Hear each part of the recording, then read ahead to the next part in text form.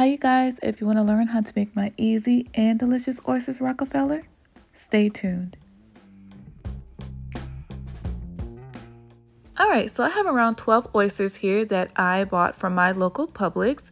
I'm going to go ahead and take these to the sink and give them a good scrub, making sure I take off the beard and all that sand that tends to be trapped in oysters. And I want to show you guys, I don't have random holes in my shirt. It actually came this way. That's kind of random, but I may or may not have gotten a question about why there's a random hole in my shirt. So after cleaning my oysters, I'm going to go ahead and steam them for maybe 1 to 2 minutes tops. Not long at all. It just makes the shucking process a lot easier. And this is how a shucker looks if you've never seen one.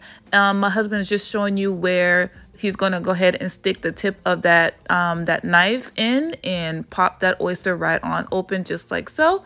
And yes, I'm giving him this duty because I don't want to do it.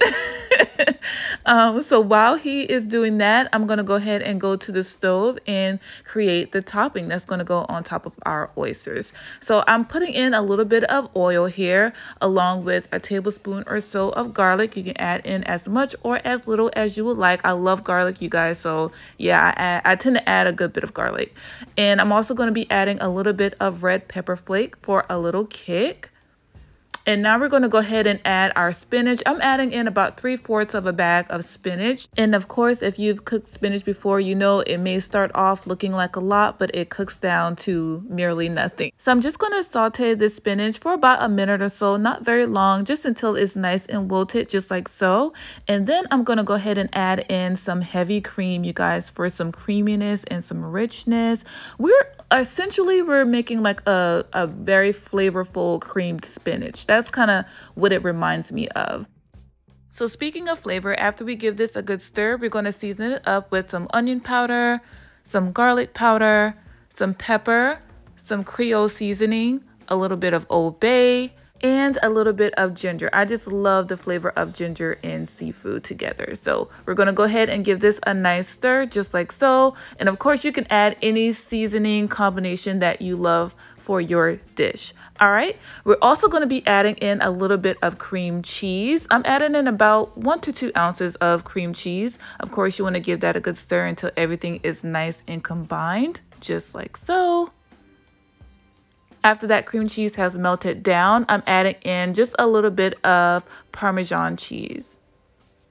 And I say this in pretty much every cooking video, but make sure that you taste your filling to make sure that it is properly seasoned to your liking. Our filling tasted absolutely amazing, so now we're going to place a nice portion on top of each oyster.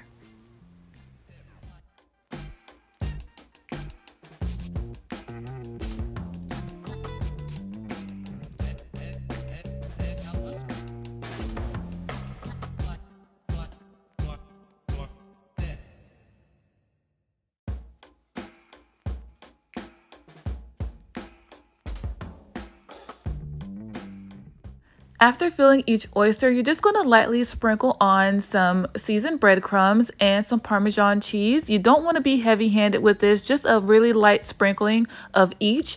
And this is going to give your dish a little bit of crunch and some texture, and also give us that golden brown topping that we love. So I'm just going to pop this under the broiler for 1 to 2 minutes tops, just until the tops of the oysters are nice and golden brown. So while that is happening, I just took a black tray and poured in some rock salt. Not only does this look pretty as far as presentation, but it gives our oysters a nice sturdy base so they won't be rocking and sliding everywhere once you place them on your platter.